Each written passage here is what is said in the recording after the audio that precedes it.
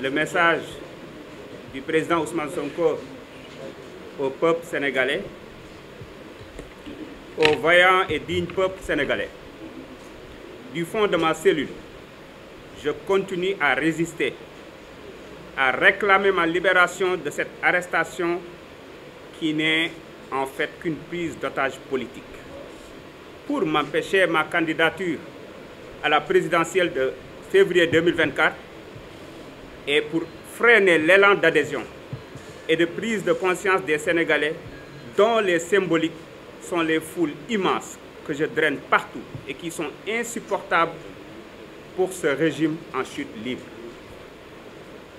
Cette prise d'otage est électoraliste pour imposer au peuple sénégalais leur candidat de la continuité. Au vaillant et digne peuple sénégalais, du fond de ma cellule, je réclame la libération immédiate et sans condition de tous les prisonniers politiques afin qu'ils retrouvent leur famille, car leur souffrance a assez duré. Aujourd'hui, la jeunesse sénégalaise désespérée se tourne vers les méandres des océans et du désert, et l'État sénégalais, complice, ne pose aucune action pour empêcher ces drames devenus le lot quotidien des familles. Visiblement, Macky Sall et son régime ne comptent rien faire puisque dans leur pensée machiavélique, ceci peut aider à vider le Sénégal de sa jeunesse qui peut faire basculer leur pouvoir dans les urnes. Mes chers compatriotes, ce qui se joue cette semaine et particulièrement demain, ce n'est pas l'avenir de Ousmane Sonko, c'est notre avenir. Notre volonté en tant que panafricain, en tant que Sénégalais, de se réapproprier notre pays, c'est notre destinée en tant que nation qui se joue, mais surtout notre souveraineté. C'est pour cela que j'appelle tous les Sénégalais épris de justice à s'organiser sur toute l'étendue du territoire en vue du demain 17 novembre 2023 pour exercer leur droit constitutionnel à la résistance et pour refuser le diktat d'une minorité qui veut nous imposer un groupuscule minoritaire. Je lance un appel à cette jeunesse sacrifiée par Macky Sall et son régime, aux familles décimées par l'immigration irrégulière et la répression sans nom de la part de ce régime, à nos mamans éprouvées par la détention arbitraire de leurs enfants, à nos papas obligés de reprendre une activité parfois pénible pour subvenir aux besoins de leur famille parce que privés de tout soutien. J'en appelle à tous les Sénégalais, à notre fibre patriotique, aux valeurs fondamentales de refus, à se préparer et se tenir debout ce 17 novembre 2023 pour préserver notre démocratie. Il ne s'agit pas de se lever pour ma personne, elle importe peu. Nous devons nous lever pour une justice équitable, pour le droit de vivre dans un pays sans craindre d'être arrêté au coin de la rue sans justification. Pour ma part, je continuerai à résister par tous les moyens dont je dispose. Et les jours à venir, je vais continuer cette résistance contre l'oppression du peuple et contre cette prise d'otage inacceptable. Mes chers compatriotes, levons-nous, tenons-nous debout, parce que le Sénégal en vaut la peine. Je vous remercie. ci tënk ci wolof président Ousmane Sonko comme ni mu ko yàgg defee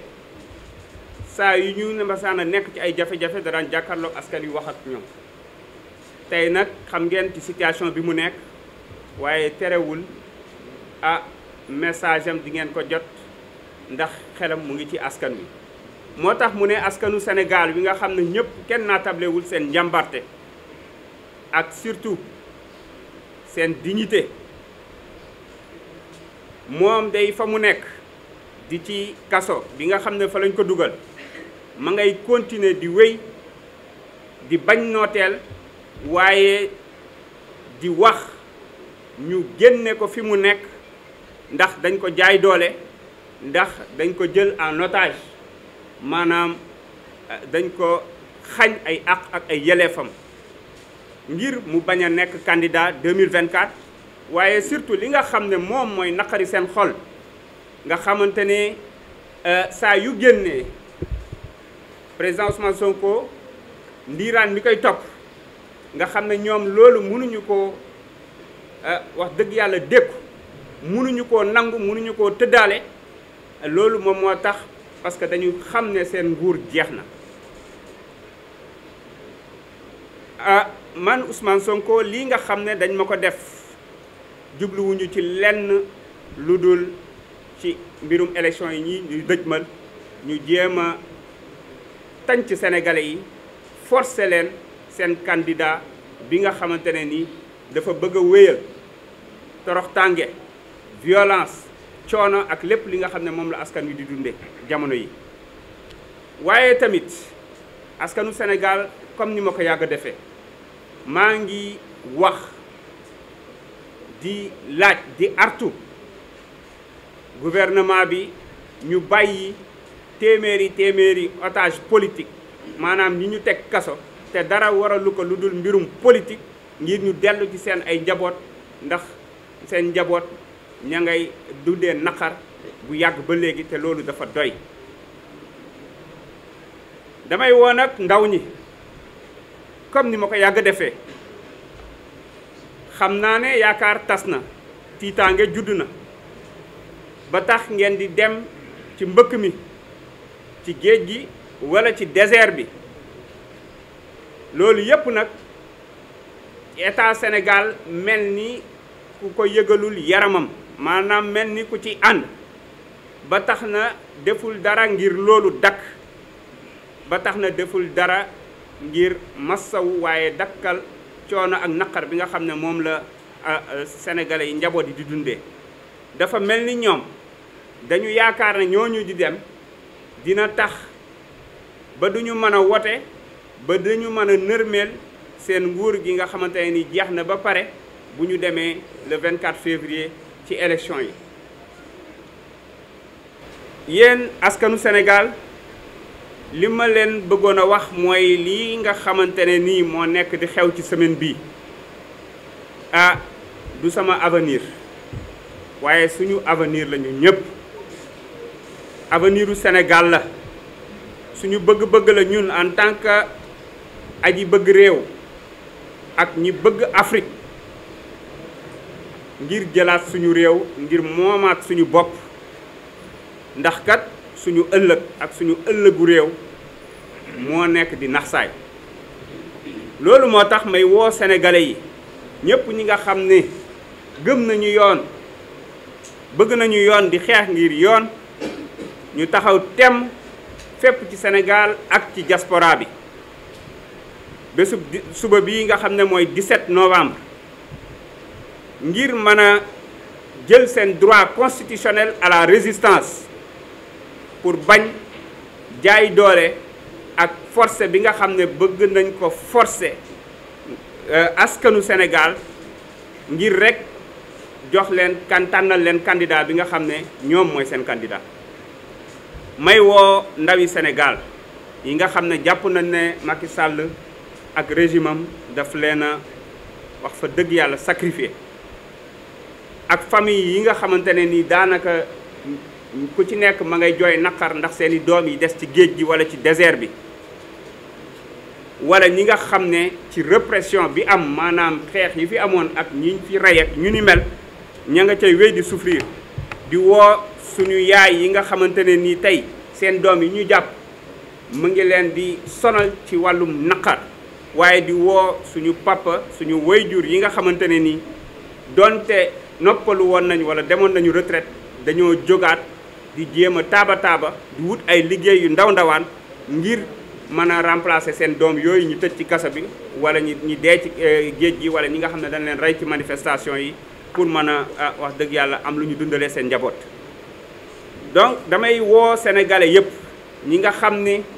Sénégal moo dee seen xol maanaam ay aji bëgg réew lañu ay patriote lañu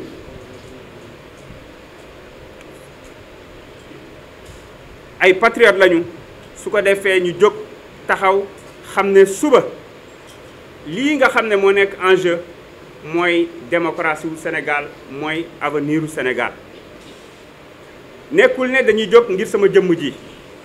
déedéet sama jëmm ju xeebu ji taxu leen a jóg waaye dañuy jóg ngir yoon bañ a jeng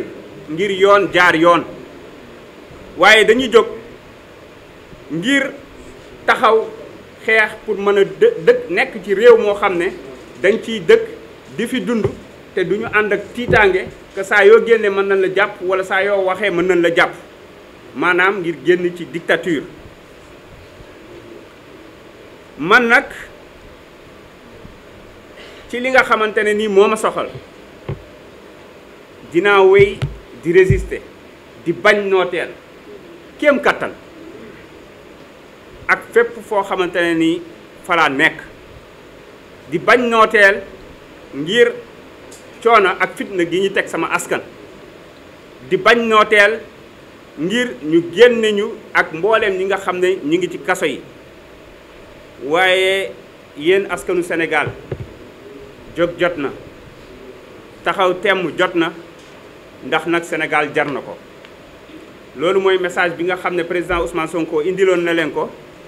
may wax ne président Ousmane Sonko wax na ak askan wi waaye day am loo xamante ne nii moom mënu koo wax waaye ñun ñi fi teew wax nañ ko te ñu bëri ñoom ñi bëri ñi fi jaar wax nañ ko liñ ciy sof rek mooy président Ousmane Sonko am naa yaakaar ne jox na boppam réewam ba mu jeex tàkk président Ousmane Sonko lépp loo xamante ne nii ku nekk cim réew bañ nooteel bëgg sa réew bokk ci réew yi gën a ñoŋ boo ko defee ak lu la ci mën di fekk da nga ko war a def moom def na ko ba looloo tax xoñañal gi ñu koy xoñañal 2016 ba léegi mu tegoo ko onkuwul deful dara ndax jàpp ne réewam jar na ko ma jàpp ne nag waruñoo gën a gore ñun askanu Sénégal ma jàpp ni lu ëpp ay juróom fukki ndaw yi nga xam ne faatu nañ ci ngir xeexal seen réew comme ni ko président Ousmane Sonko di defee waruñoo gën a gore ma jàpp ne lu ma junni prisonnier politique yi nga xamante ne nii tey ñu ngi ci biir prison yi waruñoo gën a gore ba tax na ñun kat war nañoo jóg comme ni ko fii sama naataango yi waxee bu subaa ñetti xew-xew am na benn bi mooy CEDEAO xam nañ ne dina joxe verdict bi ñaari mbir moo ci laxasu mooy mbirum Ousmane Sonko ak mbirum parti Pastef bi ñu dissoudre te ñoom gouvernement bi xam nañu ni CEDEAO dinañu jox dëgg moo tax ñu doon jéem a tappalee ka tardeel beneen bi ci topp mooy Cour suprême may wax ne suba nag c'est pas un procès contre Ousmane Sonko c'est un procès de la justice, c'est un procès contre un juge. C'est un procès contre Sabassi Faye. Voilà un agent judiciaire de l'État qui demande à des magistrats de sanctionner ou d'infirmer un collègue magistrat qui n'a fait que dire le droit. C'est extrêmement grave ce qui se passe dans ce pays. moo tax ñuy wax ne suba nañ jàpp ne Sabassi Faye la ñuy àtte Cour suprême te ñoom juge yi ñooy àtte seen moroomu juge ndax lan dafa wax dëgg. waaye agent judiciaire de l'État ak ñi mu àndal di waa nguur gi nanguwuñu dégg dëgg boobu gis ngeen li ci topp yépp ba tax na ñu jàpp ne mën nañu jaar ci Cour suprême ngir gàntal loolu nga xamante ne nii moom la juge Sabassi Faye décidé woon. beneen bi ci des mooy marche bi nga xamante ne nii dañ koy organiser suba bu 15 heures jotee déposé nañ ay lettres d'information ci réew mi yépp waaye rawatina fii ci Ndakaaru nga xam ne suba la ci rond-point Jet d'eau ñuy wax ne Sénégal yëpp fii ak diaspora bi nañu génn ak ay couleur nationale fees massivement ndax Mali gu jege gi gis ngeen askan wi ni ñu doon génnee fees del tojuñu defuñu dara waaye dajaloo mbooloo gisoon ngeen place Tahrir ci ay jamono ci ginnaaw ndax askan wi bu génnee fees del nervi amatul kenn du fi laal kenn mais dinañ lancer message fort à la communauté internationale waaye ak Macky Sall ak ñi mu àndal ngir won leen ni ñun ñoo yore yoon ñun ñooy décider. Seul le peuple est souverain et force restera au peuple moo tax ñuy wax ne askan wi suba nañu génn massivement pacifiquement comme ni ñu ko yàgg defee ndax mosuñu fi autoriser marche mu am benn problème amul toj amul dara parce que ñoom ci loolu lañ bëgg a profité Sénégalais yëpp xam nañ ne lii ñuy ngungunee di wax ay report élection prétexte rek leen soxla waaye ñoom parewuñ seen mbër parewuñ moo tax bëgguñu sëgg bëre te ala kulli xaal dinañu sëgg bëre la ca des nag foofu laay daaneelee ngeen baal ma mooy président Macky Sall dañ koy woo ndax wax fa dëgg yàlla nag sës na maanaam dem na ci ay calcul politique am ak jéem a orienté force état yépp ci xeex benn adversaire dem na ba yëf yi moom ci boppam mu réer ci mbir mi comme kaset bu lëj moo tax nag lenn rek la mën a def mooy reculer xam ne ayam jeex na organiser ay élections yu libre transparente inclusif Sénat bii ñuy wax mu gàntal ko tëggaat ko ci normes yi su ko defee ñu mën a dem ci ay élections yoo xamante ne nii askan wi day tànn ci teeyu bakkanam ku man sa morom duma bu ñu xëyee ñëpp dem liggéey Sénégal nekk ci jàmm ñu ngi leen sant di leen gërëm. fukki fan ak juróom-ñaar ci weeru novembre wolof yi ñooy wax ne bu dee jotee ku deewut gore woo waane du noonu bu dee jotee ku deewut gore wuloo suba deewoo bi nag du téye fetal de du sànni doj de deewoo bi mooy comme dañ ne justice bi ñuy joxe justice boobu ci turu askan wi fare bi la koy defee deewoo bi mooy na ñépp génn suba deewoo bi mooy suba ku nekk booy ñëw na nga indi drapeau Sénégal may ñaan boutique yi tey bis bii ak tailleur yi bu ñu tëj conférence bi ku ko dégg li ñu wax ak yow na nga jubal ca boutique ba dem wuti drapeau Sénégal fekkee amuloo ko woon na nga jubal ca tailleur ba mu ñawal la ko fekk amuloo ko woon ndaxte nag li nga xam ne moom la Macky Sall bëgg te mënul am mooy abadan daay man dëppat Ousmane Sonko dootu nekk candidat ci réew loolu mooy yéy ne kon nag képp koo xam ne kii gëm nga projet bi nga xam ne moom la Ousmane Sonko porté suba da nga war a taxaway jóg taxaw jonn ci def pacifiquement comme on l'a dit parce que ci démocratie li nga xam ne mooy taxawaay mooy li la yoon may ñenn ñu ngi fi wax ay le 23 juin le 23 juin par rapport aux forces de l'ordre xam nga ñoom li nga xam ne moom la chef d'État di véhiculer comme doctrine rek moom la ñuy adopté au commandant de la gendarmerie Abdoulaye Fall aucune arme létale benn arme buy rey nit gendarmerie utilisé wu ko bis boobu moo tax coow li ngay dégg 23 juin yëpp y a eu aucun mort 0 mort loolu mooy démocratie loolu mooy démocratie mais kii nga xam ne moo nekk ci bopp réew mi dafa am moom beneen conception démocratie terreur moom lay def le peuple sénégalais li xew nag ah wax nañu ko dañuy baamtuwaat rek ndaxte lii nga xam ne moom la ñu bëgg juge bi mu def li mu def Ziguinchor mais juge bi Macky Sall moo ko fal procureur bi Macky Sall moo ko fal greffier ba Macky Sall moo ko fal préfet ba ak gouverneur bi Macky Sall moo leen fal ne leen wax leen yoon ñoom ñu wax yoon Macky ne d'accord ci nañ dem seeti feneen mais loolu fan lañ ko mën a natt ci Sénégal ci wàllu démocratie ñi nga fal ñoom ñoo ne la yow li nga def du yoon Ousmane Sonko dañ ko war a delluwaat mu nekk ci liste électorale yow mi nga xam ne yaa leen fal di ndey mbilli gi nga ne loolu mënul am peuple bi rek moo mën a jóg taxaw ci fànn bi nga xam ne moom laa ko waxee ci jàmm ak salaam wane boppam pour que justice aussi li nga xam ne moom lañuy xaar ci yoon mu def ko amul beneen bu ñu yaakaar ne Macky Sall danañu may dara sans cette résistance wala fii nee nañu ku lay xañam njeex du la mayeb seko du la may seko xaw ma dégg ngeen wala fii dina am déet mais suñ bokk baykat yi xam nañ li ma xam ne moom lay wax. Alors pour être bref, j'en profite pour lancer encore un appel à la communauté internationale et rafraîchir la mémoire des journalistes. Yaakaar naa ne yéen vous n'êtes pas maraboutés quand même,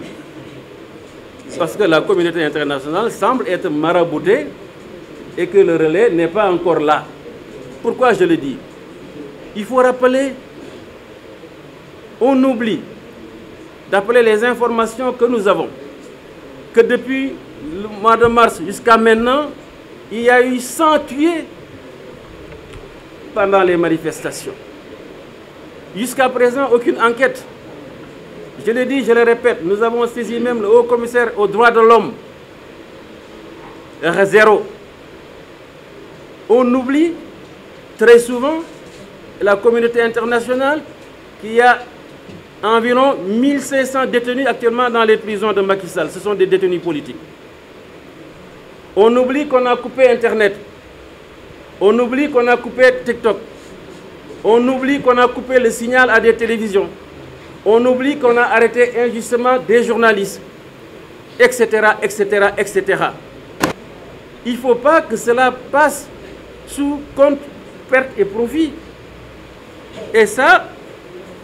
je crois, je ne vous apprends pas votre métier, mais à mon avis, la presse, comme nous sommes tous des démocrates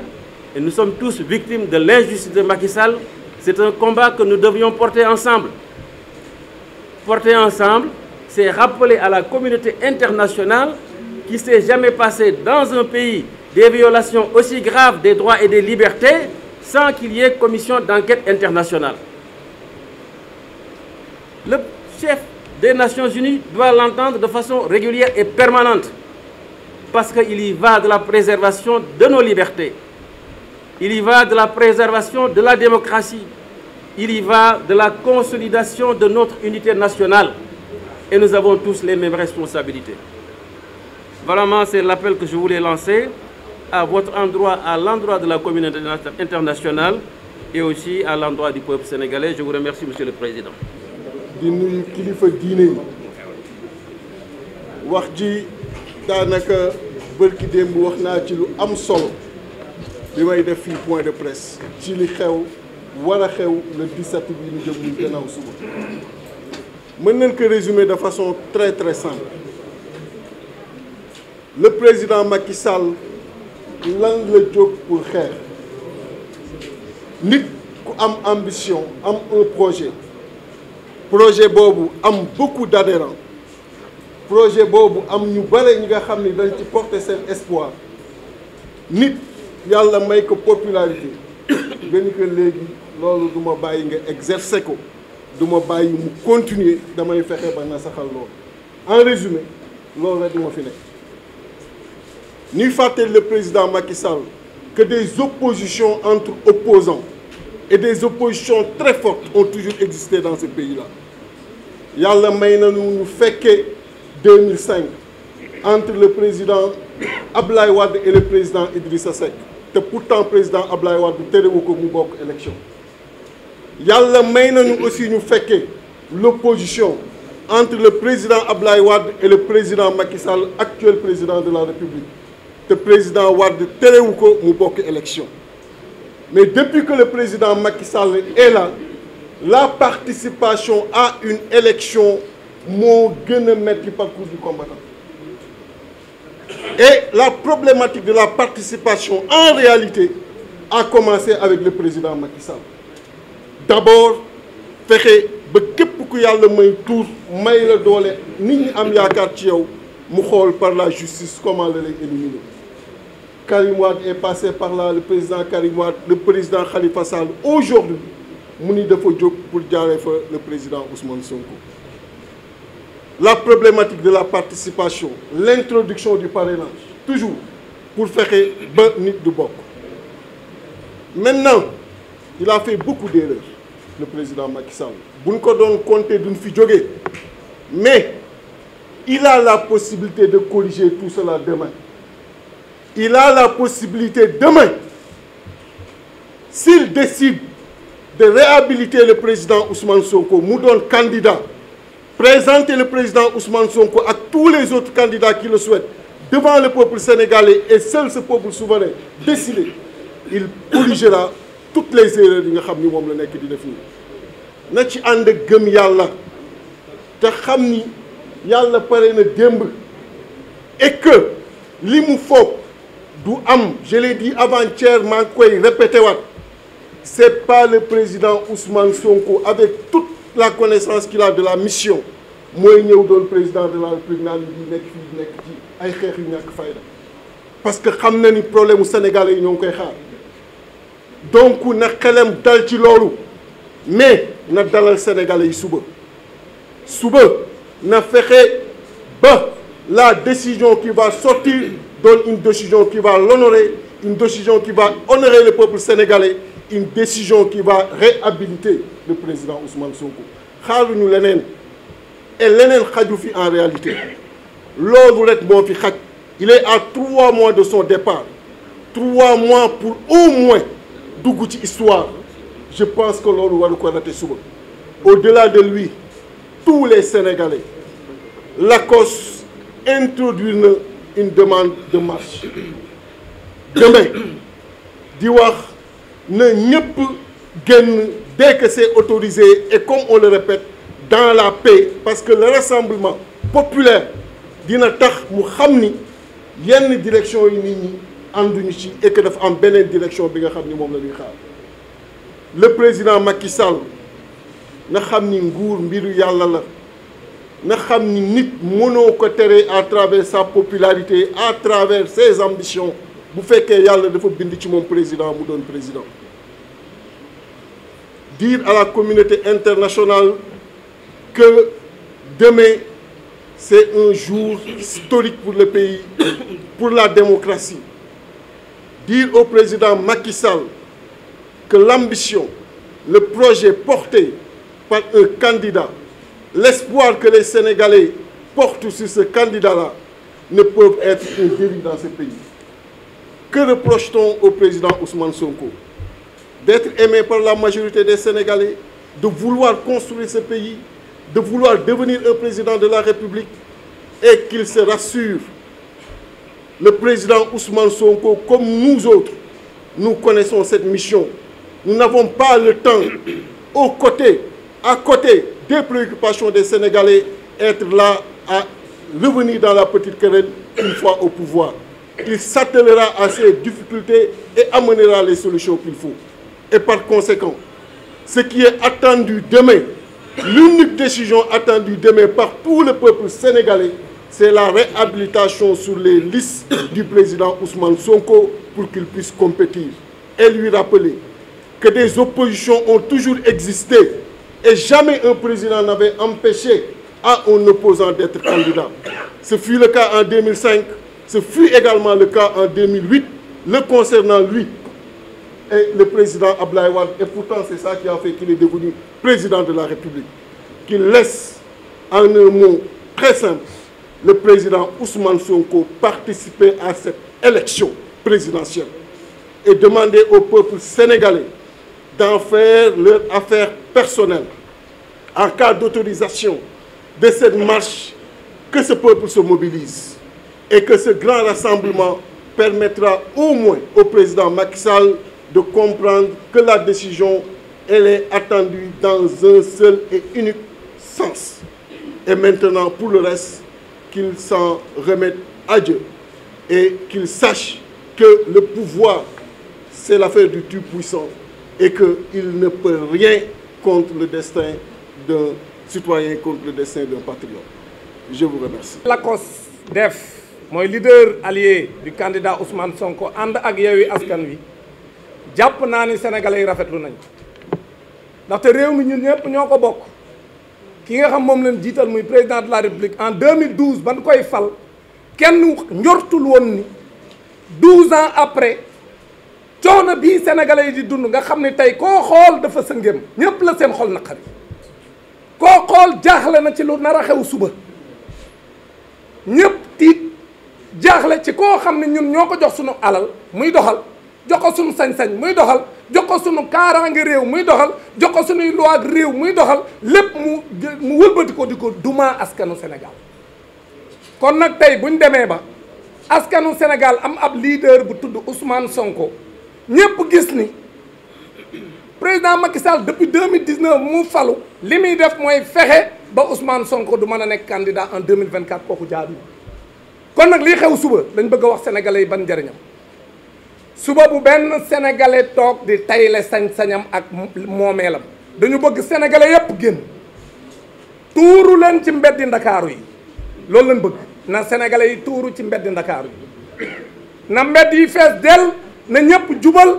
ca tribunal cour suprême ba nga xam ma ngay am ca corniche ba wetu hôtel teeru bi parce que foofu la mbir ma di xewe te audience ba audience publique la sénégalais yi am nañ droit dem fa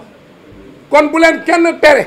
nañu bàyyi sénégalais yi ñu génn seen kër yi ku war a demander permission demander permission ku war a tëj sa atelier tëj ko képp kuy élève wala ngay étudiant na ñëpp jubal cour suprême à partir de 7 heures 8 heures na mbedd yi fees dell ñu jëm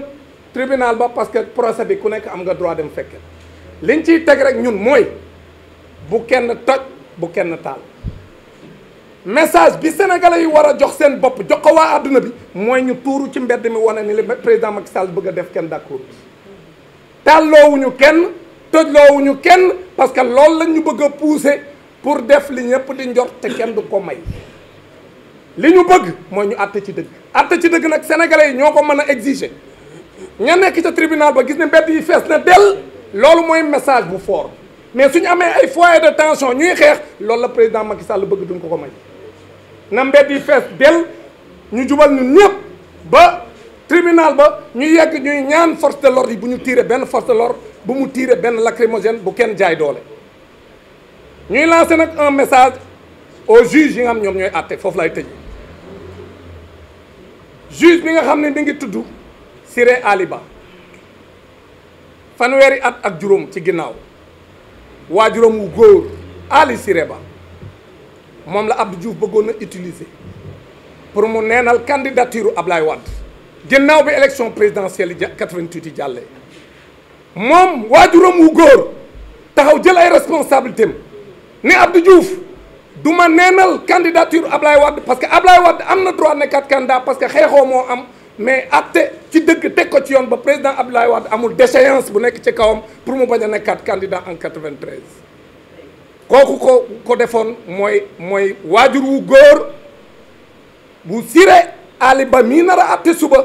waajuram wu góor wu tudd Ali Siré Ba moom moo defoon loolu kon leer am na solo ñu fàttali ko pour mu taxaw fa waajuram wu góor taxawoon Sénégal ñëpp tiit ni Abdoulaye Wade dina rëtu la nekk candidat ci ay élection moom mu jël responsabilité ne Abdou Diouf sama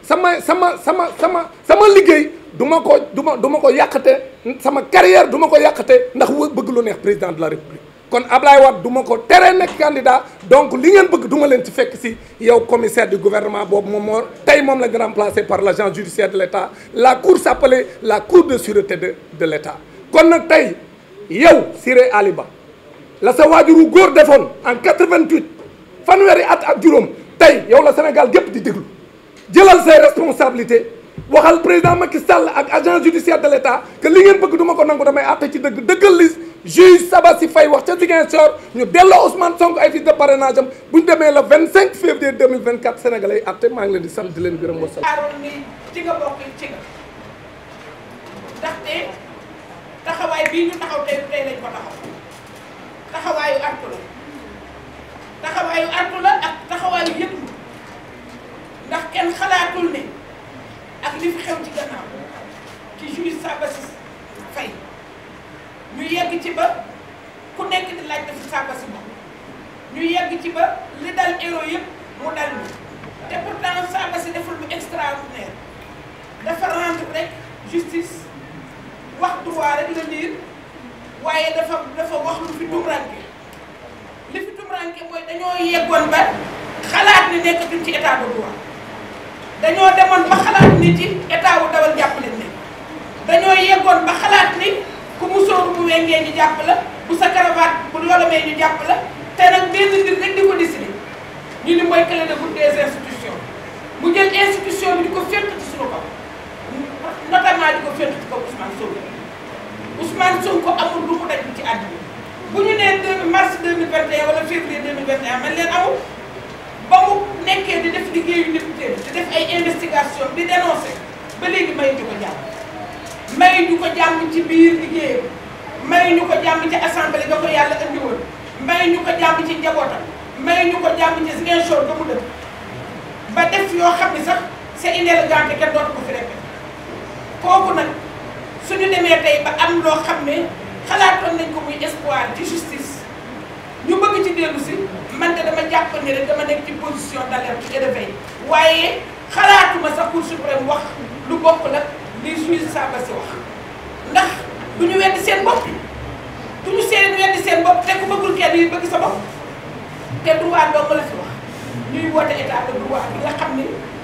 ci la démocratie adopté wu parce que nag état de droit bu amul ñun ñëpp bu ñu yeboon ci suñu bopp kon lii du problème mu benn instance du problème mu benn structure du problème mu benn coalition du problème mu benn pôle du problème mu benn front problème mu Sénégal la Sénégal moo war a nekk ci état de droit Sénégal la ñu war a waxee droit Sénégal la fi justice war a am ndax démocratie la ñu choisir dafa am ñu dëkkoon ci royaume ñun leen royaume yi fermé nañ kenn dëkkatul ci royaume parce que démocratie moo bëgg ay carte di fal ñu teg ay règles justice bi di àtte ci yoon di ko teg ci yoon loolu nag bu amatuñu Sénégal bi nga xam ne mooy Sénégal bi idéal bi nga xam ne moom lañ doon rêvé loolu moo tax kenn warul la toog ak pour kuy politique ak pour kuy politique ñu ngi saluer ñëpp ñi nga xam ne jóg nañ di dénoncer parce que bu ñu ngi gën a bari ñii ngi koy def ci tribune ñii ngi koy def ci waxtaan ñii ngi koy def ci xew yi sax dañ koy taasu léegi kon léegi dañu war a xam ni bu fekkee ne droit bi dañ koy wax au nom du peuple nañu xam ni peuple bi li nga xam ni mooy seen yaakaar di seen espoir benn nit moo ko cristallisé il s'appelle Ousmane Sonko. li ngeen di ñaan métti wul yéen a mën a tax xeex du am yéen askan bi yéen a mën a am yéen a mën a tax dara du am suba bu ngeen xëyee le matin suba teel ngeen mobilisé wu dès les premières heures wan adduna bi ni taxaw ngeen kon dara du am magistrat yi dinañ xam ni fi ñu war a dem dinañ ko gis force de l'ordre yi dañ xam fi ñu war a dem dinañ ko gis te adduna bi itam dañ xam fi ñu war a dem dinañ ko gis damay def un appel ñun Sénégal soxlawuñu benn puissance internationale pour libérer suñu bopp arrêtons de déléguer nos combats amul génn ci ay ndaje di yor drapeau russe wala drapeau États-Unis drapeau Sénégal dañuy yor on n'a pas besoin de notre pays pour nous libérer bu ñu mënul libérer suñu bopp ça veut dire que mérité wuñu être libre on doit compter que sur nous-mêmes on doit compter sur notre avenir nos valeurs suñu bëgg Sénégal ci loolu la ñu war a compter may tëjee rek ci wax état de santé président Ousmane Sonko ndax yëg nañu ni delloo nañu ko au niveau de prison Cap Manuel daal di koy ne coppati guddi mel ne kuy sàcc avocat yi yóbbu ne yóbbuñu ko waaw kuy yóbbu détenu bu mel ni président Ousmane Sonko looy dox guddi looy tàkkale du looy làqatu looy bàyyi ba nit ñi tëdd ba suuf sedd ngay dem di ñëw may wax administration pénitentiaire ñaa ñu ngi organiser ay visite ñu leen di yëgal ne leen ñun président Ousmane Sonko amuñu yéene dem di ko visiter prison ñun pare lañ ko bëgg a fekk visiter ko moom ak njabootam amuñu yéene di ko fekk ñun ci ay bulletin de visite dem di ko seeti li ñu am yéene mooy Sénégal yi mottali seen yéene ci moom mooy dem xëy voter ko bu ñu bëggee mu falu bu ñu bëggul keneen ki toog fii falu mais l'essentiel mooy le choix du peuple sénégalais doit être présent te loolu nag ñun kese ñun ñoo ko mën a jëmmal ñun ñoo ko war a jëmmal ci suba ñu xëy suba taxaw yeewu le matin wane la couleur yeewu l'après-midi wane la couleur mobiliser wu comme un seul homme comme un seul peuple debout nous allons vaincre si nous sommes unis merci beaucoup. nuyu askanu Sénégal santaat sunu borom bu baax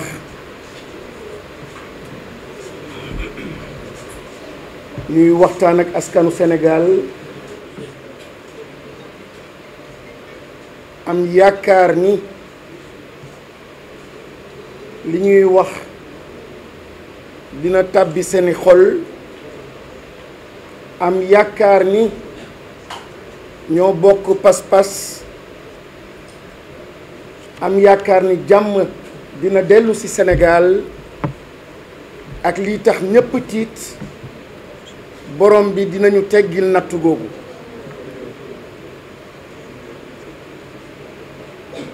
damay jëlaat kàddu pour waxaat ci le 17 le 17 novembre bi ñi ma jiitu ci table bi wax nañ ko dafa nekk bis bu am solo pour taarixu Sénégal may ñaan sumay mbokk Sénégal may ñaan suma peuple le 17 bii ñu bañ ko enfermer mukk ci présent ñu bañ ko def un combat diggante Macky Sall ak Ousmane Sonko mais day nekk un combat entre le mal et le bien day nekk un combat diggante liberté ak esclavage day nekk combat buy def face à face dignité contre humiliation contre bassesse le 17 bii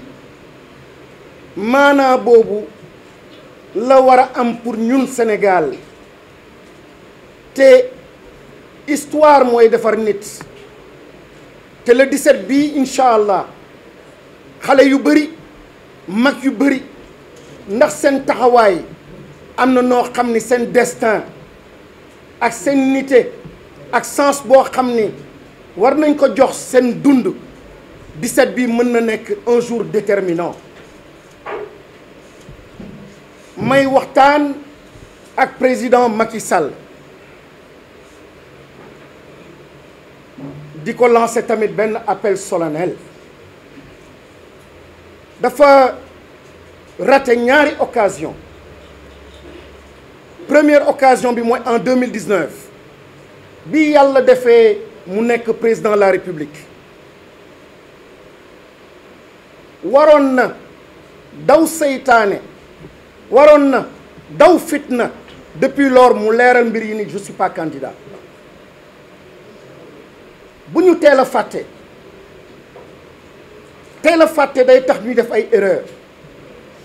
pendant presque 5 ans président Macky Sall téye na en haleine le Sénégal dinaa présenté wu du ma présenté wu dinaa présenté wu du ma présenté wu une question un sujet aussi sérieux mu di ko différé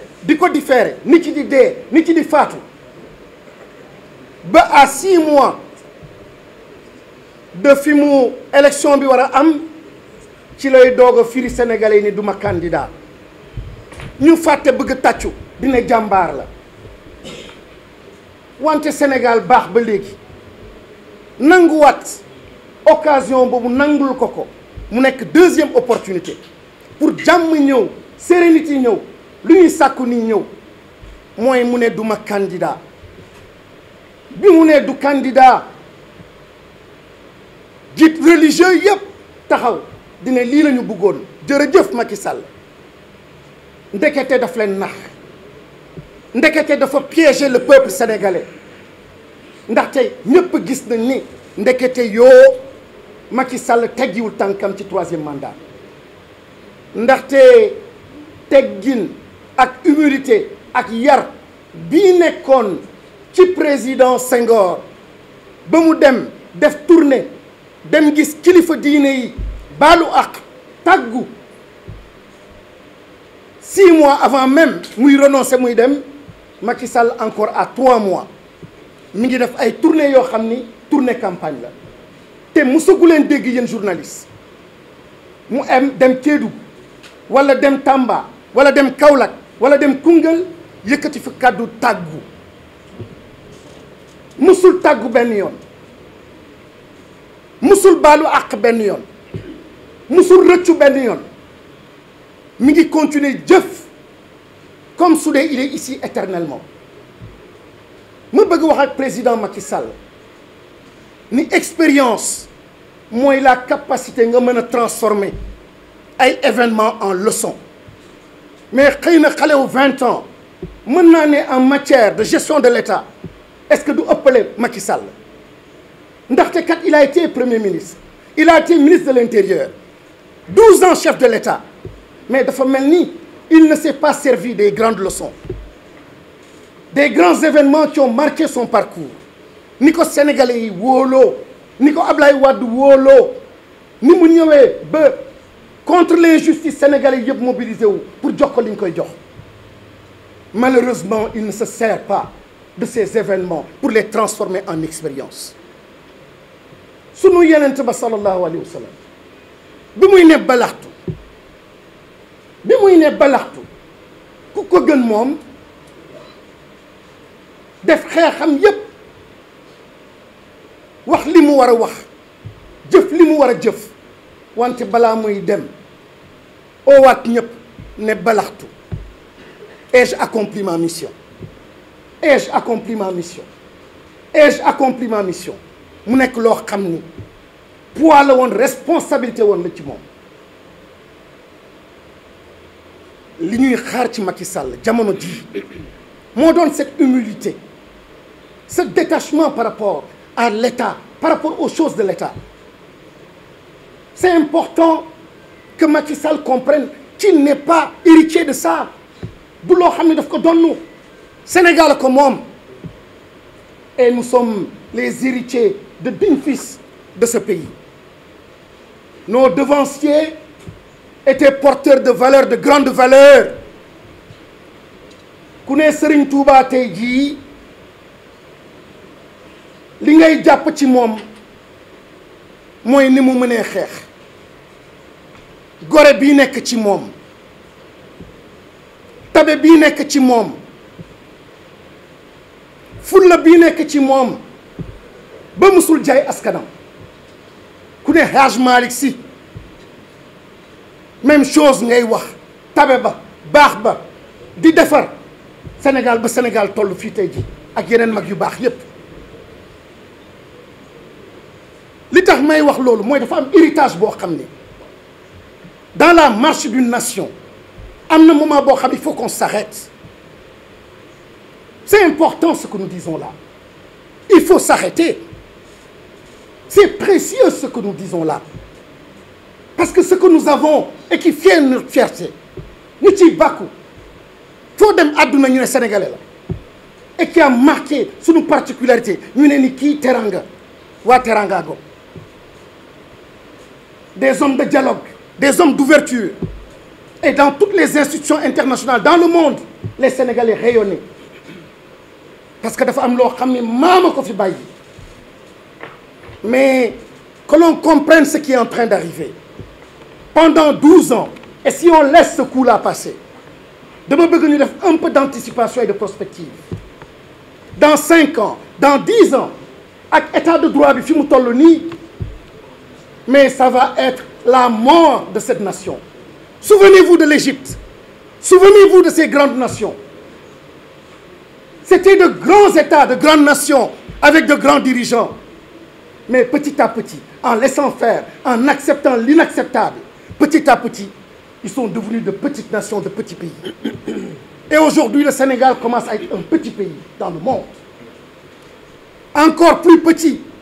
lorsque à 3 mois nga war a dem sa collègue sa morom fut-il le président de la France ñëw def une ingérence bu doy waar dans notre processus électoral bu terrible bu humiliant ce que j'attendais du président Macky Sall mooy qu'il décide de servir l'Afrique ce que j'attendais de lui c'est qu'il décide d'être un enseignant à l'université Cheikh Anta Diop pour mettre au service de ses enfants, de ces jeunes, son savoir, son expérience financée par nos deniers publics. Mais su dee sa morom sa naataango boo xam ni tey jii waxuma le peuple français sont nos amis, nous nous comprenons, nous nous aimons le peuple français, mais je parle du gouvernement ak de Macron tey jii su dee moo mën a ñëw à 3 mois d'une élection def lu mel nii def la ndawam envoyé ñu ci bàkku di ne Macron nee na ko suma ndaw nga. En 2023 vous voyez l'antipode ak différence bi ak président Ousmane Sonko ak ñi nekk ci tour table bi. Le problème il est profond. La rencontre du 17 c'est une mobilisation nationale. may wax nag Assane bi ni on n'est pas violent. dégg ngeen kàddu yëpp ñëpp nee nañu dans la paix. Mais dama bëgg jël nag à témoin le peuple sénégalais aussi am loo xam ne suma kër suma alal li ma maam bàyyil lu ma bàyyil du ma nangu kenn jël ko te lii ma suma constitution may mooy ma mën a marcher mooy ma mën a mobiliser wu na ko askan bi xam ni dans les 46 départements ñëpp respecté nañu loi bi dem teg foofu déposé kon suba su lacrymogène benn su tàkkee na ñëpp xam kan moo tooñ. de Yewwi Askan Wi ci ndigalu président du groupe muy Birame Souleye Diop ma bëggoon rek ndax ma guddal parce que am na lu fi jot a wax bëggoon rek def ñaar ba ñetti appel di quand même nag féliciter Sénégalais yi féliciter ces intellectuels ñi nga xam ni même ce sont d'anciens premiers ministres parce que démb gis nañu benn déclaration bu 87 personnalités def dont d'anciens premiers ministres et même d'anciens directeurs de grandes sociétés et d'anciens ministres des Finances qui étaient même dans le régime du président Macky Sall. Ça veut dire quoi? Ça veut dire que Sénégal toll na foo xam ne tout le monde ici est intéressé par ce qui se passe en termes de violation de l'état de droit, en termes de violation de la démocratie, en termes de l'héritage culturel bi nga xam ni moom la fi mag yu jëkk yi bàyyi woon. Donc ma bëggoon féliciter ces Sénégalais-là, féliciter le peuple sénégalais bi nga xam ni depuis que le Sénégal est là ñun ñi ñëpp dafa am lu ñu fi fekk moom laa wax léegi muy un héritage boo xam ni nit ñi ñu koy jéem a perpétuer mais malheureusement le régime de Macky Sall est en train de tout détruire. ma bëggoon nag def benn appel. Le premier c'est par rapport à la justice de notre pays parce que tey bu ñu demee ba un juge di rendre une décision mu nekk une exception ça veut dire que la justice actuellement dafa éloigné wu du peuple sénégalais. Donc le 17 c'est un jour de réconciliation de la justice avec son peuple. C'est extrêmement important. ñëpp découragé woon nañ ci justice et pourtant su ma yaay ay mooy wax na ko léegi elle m'a marché sur la langue. Le juge Sabassy Faye n'a posé qu'un acte très banal et ordinaire. Il n'a fait que dire le droit. Donc loolu waru woon sax jaaxal Sénégal donc bu demee ba jaaxal Sénégalais yi mooy wane ni effectivement justice jubóotu la peuple te le 17 suba incha allah normalement c'est un nouveau point de départ pour la justice sénégalaise bi nga xam ne dafay réconcilier wu avec son peuple. beneen bi ma koy def aux forces de défense et de sécurité ñoo bokk lépp man en mars 2021 quand j'ai été arrêté xam naa koo xam ne ci force de sécurité la bokkoon doomam bokk na ci ñi nga xam ne dañu décédé ci événement mars yi. Donc personne n'est à l'abri. li ñu leen di ñaan mooy Sénégalais yi nga xam ne suba dañu fas yéene génn dans la paix la ñu wax surtout dans la paix ñu encadrer leen normalement comme Wade l'avait fait en 2011 j'en profite pour lui rendre hommage parce que Abdoulaye Wade, quoi qu'on puisse dire, a été le champ de la démocratie. Il a tout fait pour que la démocratie reste ce qu'elle a été. En 2011, Maître Abdoulaye Wade l'a montré. Donc dañoo bëgg suba aussi que ces forces de l'ordre là bañ a def loo xam ne bu ëllëgee ñoom ci seen bopp daañu ko regretter parce que grenade yi ngay dóor ci kaw nit ñi wala les balles réelles yi ngay dóor ci kaw nit ñi mën na dal ci sa njaboot mën na dal ci sa doom mën na dal ci sa jarbaat mën na dal ci sa dëkkandoo. Donc appel boobu laa bëggoon ne appel ma koy def à l'endroit de tous les Sénégalais vous les jeunes yi nga xam ne yéen a ngi jël gaal yi di dem c'est à vous que nous nous adressons toog leen. yéen ñi ngeen xam ni seen i njaboot seen i doom seen i jarbaat ñu ngi ci biir kaso yi yéen famille yooyu yéen aussi bokk ngeen ci appel bi ñuy def yéen njaboot yi ngeen xam ni yéen ñi ngeen xam ni famille yi ngeen xam ni seen i doom daanu nañu ci bal assassinu Macky Sall yéen aussi cet appel là vous concerne suba dañoo bëgg incha allah que tous les Sénégalais góor jigéen mag ndaw ouvrier cadre de banque cadre d'administration ñi nga xam ni démocratie moo leen soxal parce que mbir mi nekkatul biiru président Ousmane Sonko kese c'est parce que effectivement Ousmane Sonko dafa am espoir boo xam ni la majorité des Sénégalais jox nañ ko moo tax peut-être xeex bi yëpp tourné autour de lui mais en réalité xeex bi ce sont vous ces Sénégalais là yi ngeen xam ni yéen a ko jox bopp ba bu génnee mënatul dem dëkk mënatul dem ngénte mënatul dem juma mënatul dem fenn ba saa yu génnee njiraan bi topp ko donc yéen war ngeen génn suba dans la paix kenn ku ci ne nag utal sa drapeau sa buntu kër bu la neexee taxawal sa buntu kër jël sa drapeau ñi nga xam ne le matin avant ñuy atte ñu ngi ci tali bi ku ci yor sa oto wala sa moto bu la neexee nga klaxonner pour montrer que demain dafa doon nekk le jour où la démocratie sénégalaise bi nga xam ne nërmeelu na mu jël en beneen bi nag mu insiste cet homme le président Ousmane Sonko d'une dimension exceptionnelle cet homme-là vous a tout donné Ousmane Sonko lépp jox na leen il est le symbole du sacrifice patriotique amul lu mu dajul de 2014 à maintenant depuis que PASTEF a été créé amul lu mu dajul su ma yaay ay dëgg wax na ko moom ñu nekkoon na ñoom le président Déthié Fall à l'Assemblée nationale gis nañu lu mu doon nekk ñu jógee fa 2019 ñu jógee ay élection mu nekk 3e dina nag waa ji il faut l'arrêter et depuis lors gis ngeen li mu subir sacrifice yi mu def yëpp c'est pour vous le peuple sénégalais la ko defalu ko boppam parce que bu doon bànneexu boppam kese lay ut nag ni mu tëdd fële au Cap Manuel ma nga ca njabootam di leen diir di leen yor donc suba c'est l'occasion pour vous le peuple sénégalais bi nga xam ni sondage yi ñu def yëpp won na ni bu ñu demee élection à 8 heures à midi le président Ousmane Sonko aura un minimum de 60%. Ces 60% là ce sont vous les Sénégalais donc yéen waru leen seetaan seen espoir di nërmeel espoir bi nga xam ne am nañ ko ci président Ousmane Sonko suba war nañ ko jëmmal war nañ ko wone dans la paix et la sérénité tojlawuñu kenn yàqulawuñu kenn mais c'est un jour de paix pour ñun moom la war a doon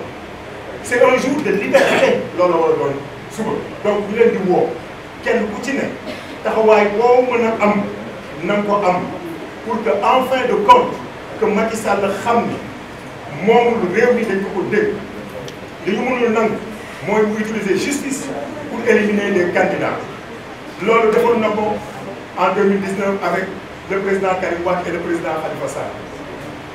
boobu ba léegi nag ñu ngi koy jéem ci président Ousmane Sonko ba suñuy jonn yàlla tey sotteegul kon moo tax xam gëm yàlla ne du mës a sotti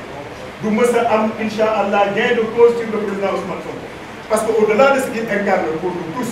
au-delà de ce qu'il incarne pour cette jeunesse là am na loo xam ne nag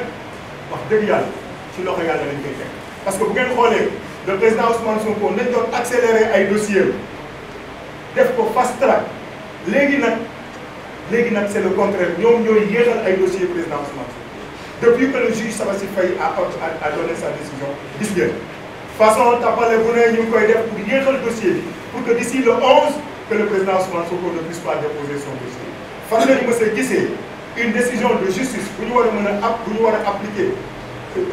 automatiquement ci saa si ñoom ñu ne dañoo def dañoo def recours et que le recours est suspendu loolu moom mooy droit Sénégal actuellement man defuma droit am na fi ñu bari ñoo xam ne defuñu droit mais koo xam ne mu ngi en classe de terminale di gëstu droit sax xam ne ce recours là n'est pas suspendu tey nag Sénégal foofu la toll loolu nag na ko nit ñu bàyyi xel parce que tey bu yaakaaree ni dina pare ci président Ousmane te du ma sa pare ci moom nag quelle que soit la situation peut-être ci ñeneen la jëm parce que li mu bëgg mooy li xew ay Congo xaw yeneen dëkk mu def ko fii dafa bëgg une dictature à vie te loolu duñ ko nam donc Sénégalais te mu demee dans la paix et la sérénité pour que démocratie bi nga xam ne moom lañ fi fekk ñu xeex ko suñuy maam xeex ko bàyyi ko fi suñuy mag xeex ko bàyyi ko fi suñuy bàyyi xeex ko bàyyi ko fi que Macky Sall moom aussi bàyyi ko fi mu dem abali suñu réew on fait un dernier appel à lui réew mi donn ko na ko xam ci réew mii la jàngee xaalis si réew mii moo ko yóbbu ci école primaire école secondaire ba université xaalis si réew mii moom moo ko def cadre à Petrosen xaalis si réew mii moo ko def ministre xaalis si réew mii moo ko def premier ministre xaalis si réew mii moo ko def le président de l'Assemblée nationale xaalis si réew mii moo ko def le président de la République Macky Sall a tout eu grâce au peuple sénégalais il ne doit pas fi ñu toll nii loolu ko sénégalais yi koy loolu moom mu fay leen le contraire nga delloo si xelam xam ni il va partir nous allons tous partir mais le Sénégal va rester donc suba inchallah ce sera un jour de gloire ce sera un jour de paix mais ce sera un jour de réconciliation de la justice avec le peuple sénégalais. Asalaamaaleykum. Sénégal jiital nag vidéo bi ci kilifa diine yi lépp kilifa diine bu nekk Sénégal ñu koy nuyu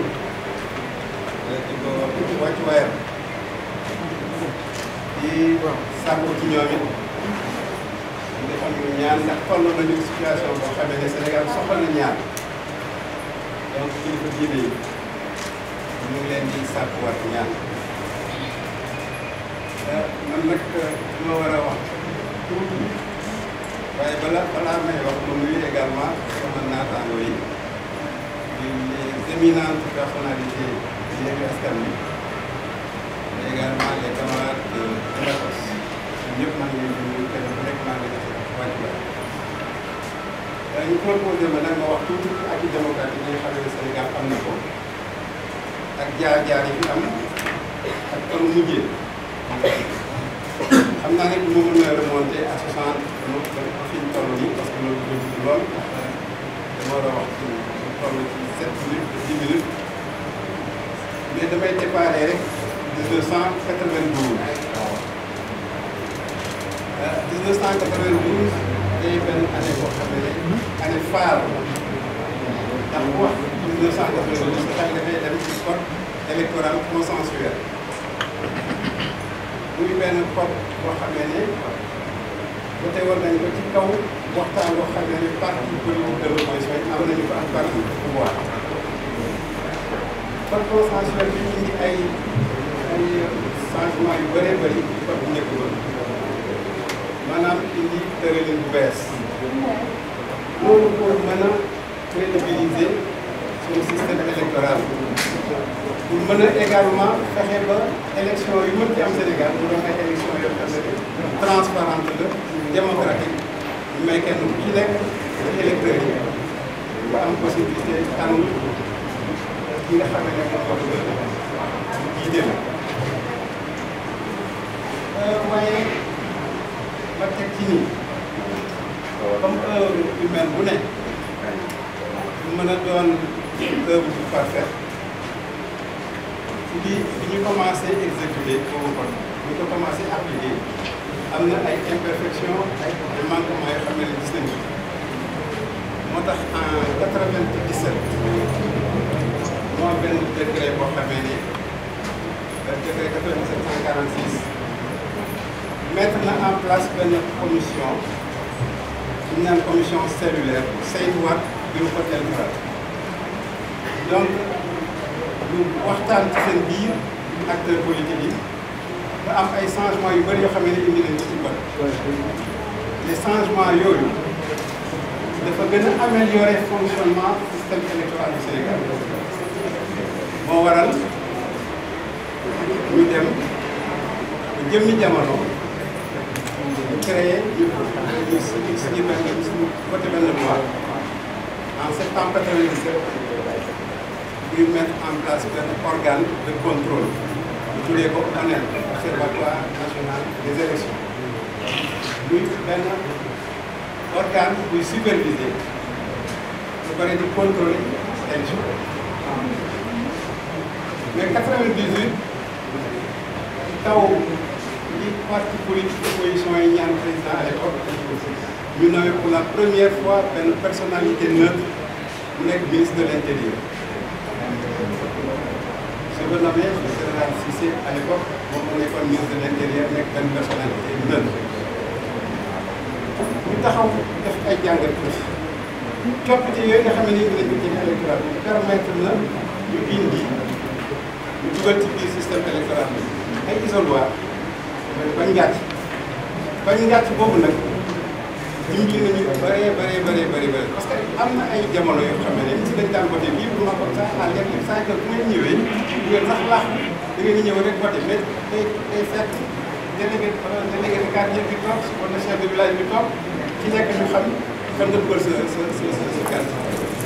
waaye ci xeex bi nga xamee ne acteur politique yi xeex nañu ko ci dem ba introduire ci biir code li ñuy wax isoloir ba bëri gàtt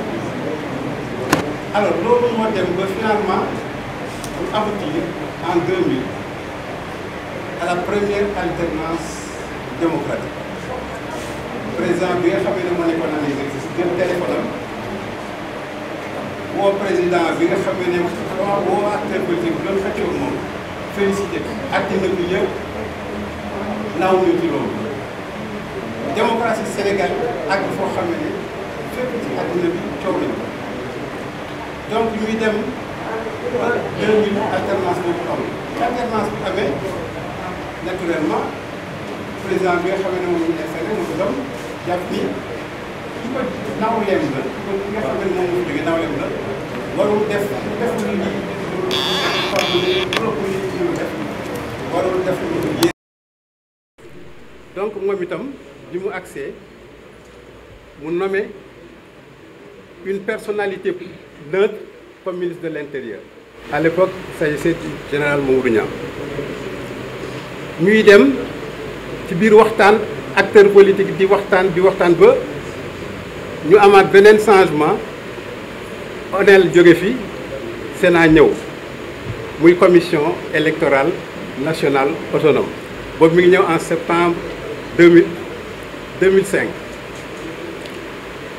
donc muy ay jéego yoo xam ne def nañ ko te mu jural ñu tey stabilité donc bi ñu demee nag ba ci biir li nga xamee ne moom la nit ñi daal di seetlu mooy ak yooyu nga xamee ne am nañu ko sur le plan politique dafa di ay ak yoo xam ne acteurs politiques yi dañ ko xeex dañu taxaw xeex ko ba mën a jot ba mën a am yooyu changement ci biir code électoral donc bu fekkoon ne ay acteurs politiques toog taxawuñu xeex peut-être que duñu mën a am yooyu changement ba tey duñu wax ay affaire alternance ak yooyu donc à partir de ce moment là dañuy war a xam ni xeex rek moo mën a génne nit ñi ci leen boo xamee ne situation bu regrettable kon ñuy dem ba bi ñu demee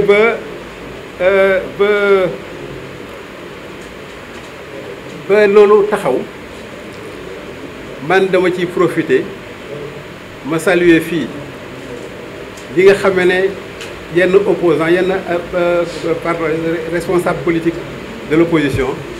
dem nañu ba am idée ne dañuy taxawal benn front pour l'inclusivité et la transparence des élections muy FIT ndax kuréel bu mel noonu xawoon na manqué ci système ci dispositif bi ñu am actuellement ndax F24 boo dee xool dafa ëmb ay responsables politiques mais ëmbaale également ay nit yu société civile kon nag FIT boobu man maa ngi saluer la mise en place de cette structure di ñaan rek bu fekkee ne appelu ki ko doon coordonné nit ñi dégg nañu ko nañu fexe ba élargir ko ba responsable politique yu opposition yëpp mën a dugg ci biir ndax am na solo loolu ndax ku taxawu rek doo jot ci li nga bëgg ñuy dem nag ba 2012 ñëw mais li ñu war a seetlu mooy acquis yooyu nga xam ne am nañu ko muy ay acquis yoo xam ne mën nañu ko lim li ma lim moom ce n'est pas du acquis yooyu rek xam naa ne am na ay yeneen acquis sax mais acquis yi nga xam ne am nañu ko bu ñu xoolee 2012 dafa am loo xam ne moom la ñu seetlu mooy dafa mel ni ñu ngi bëgg a reculer sur le plan démocratique lu tax ma ne ñu ngi bëgg a reculer sur le plan démocratique boo dee xool tey bi dafa am loo xam ne il faut que ñu